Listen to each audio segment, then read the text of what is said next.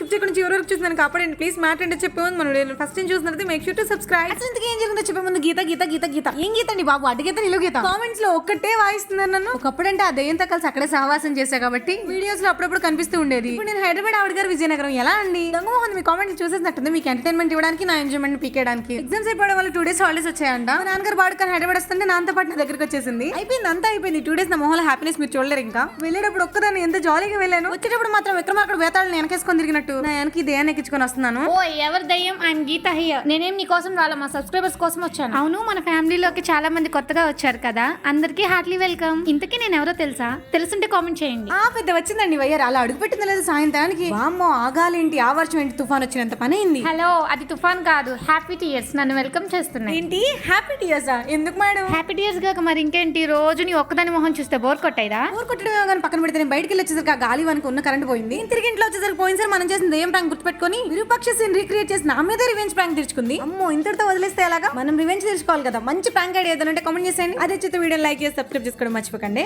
ఉంటాము.